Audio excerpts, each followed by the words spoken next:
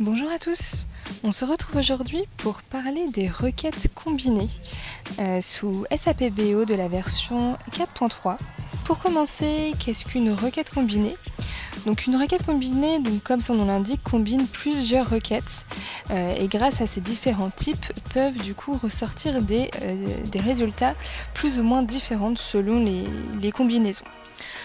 Donc il existe 3 types de combinaisons. Donc l'union qui récupère pour le coup toutes les données des différentes requêtes. Donc une requête combinée peut contenir minimum 2 requêtes, voire plus. On a également le type intersect, où là on récupère, donc, comme son nom l'indique, l'intersection des 2 requêtes, donc les données qui sont communes entre les 2 requêtes que nous avons créées. Et le minus qui récupère quant à lui les données de la première requête qui n'apparaissent pas dans la seconde. A savoir également qu'il est très important de combiner des requêtes qui ont des champs identiques. En effet, on ne peut pas combiner 2 requêtes qui n'ont pas des champs identiques. Donc on va commencer.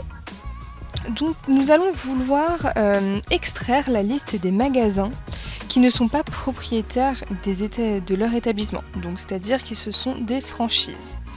Donc pour ça, on se positionne au niveau de l'éditeur de requêtes et nous allons sélectionner du coup le nom du magasin, Store Name, et nous allons cliquer sur le petit bouton en haut de notre éditeur de requêtes, ajouter les requêtes combinées.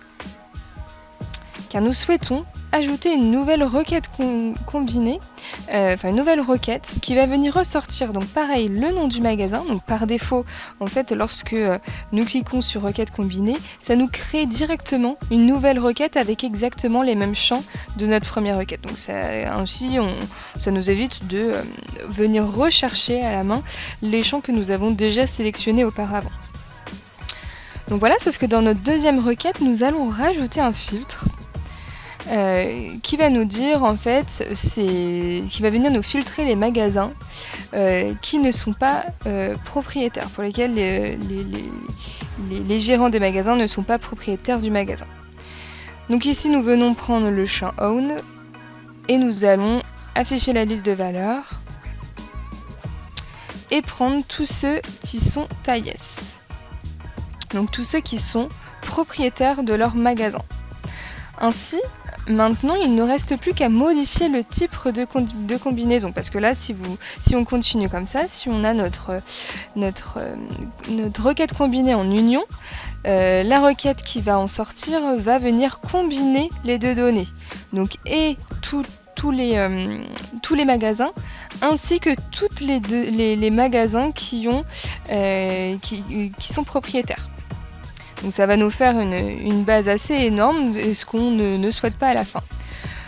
Donc on va venir double-cliquer sur l'union. Donc là par défaut, il arrive sur l'intersection. Donc là pour le coup, on va venir chercher les requêtes combinées, le résultat de la requête combinée 1 qui coïncide avec la requête combinée 2. Donc on aura tous les magasins qui sont propriétaires. Or nous, ce qu'on veut, c'est venir chercher tous les magasins qui ne sont pas propriétaires, donc les franchises, les magasins en franchise. Donc là, pour le coup, on va utiliser le type de combinaison moins, donc le minus, qui permet de venir du coup soustraire les données grâce à une requête. Donc là, la requête combinée 1 ressort tous les magasins et la requête numéro 2 vient uniquement chercher les magasins qui sont propriétaires et non pas franchisés. Et donc avec le moins, on va venir au global récupérer uniquement les magasins franchisés. Donc là, si j'exécute, alors je vais rajouter pour le coup la notion de own dans l'objet de résultat pour qu'on voit bien en fait les franchisés et les non franchisés qui apparaissent. Donc là, bien sûr, bien penser à rajouter ces champs dans les 2 requêtes, sinon ça ne fonctionnera pas. J'exécute en bas.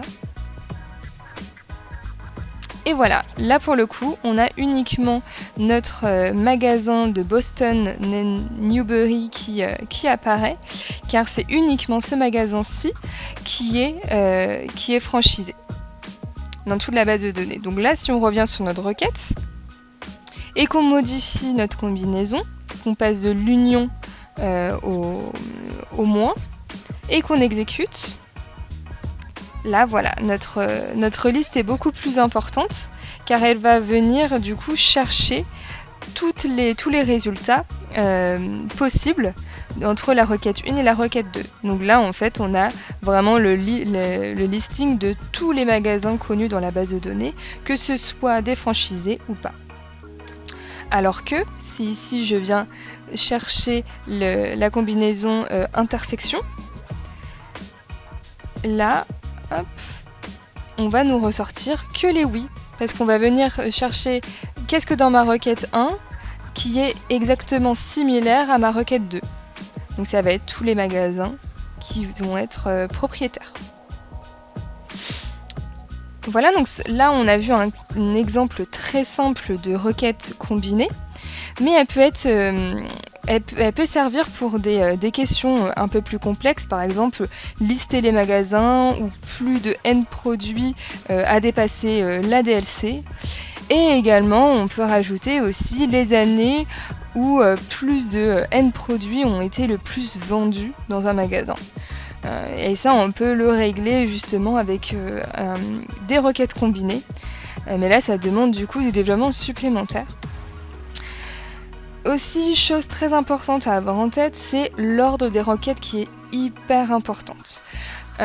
Pourquoi notamment dans le type moins au niveau des combinaisons, où là on va venir soustraire en fait les données de la requête 2 par rapport à la requête 1. Donc là il faut bien les positionner pour avoir le bon résultat souhaité. Et également, il est possible, si vous avez plus de 2 requêtes, de les imbriquer. Là, par exemple, si j'ajoute une nouvelle requête, hop, je clique sur ma requête combinée 2, et ici, j'ai une sorte de dossier où je peux ajouter du coup un nouveau nœud de requête combinée. Et ainsi, on peut bousculer en fait nos requêtes combinées, faire des requêtes combinées dans des requêtes combinées, ça existe. Et donc voilà comment ça peut se produire. Donc j'espère que j'aurai répondu à vos questions concernant les requêtes combinées. Et on se retrouve très vite pour un nouveau sujet sur SAP BO. Au revoir.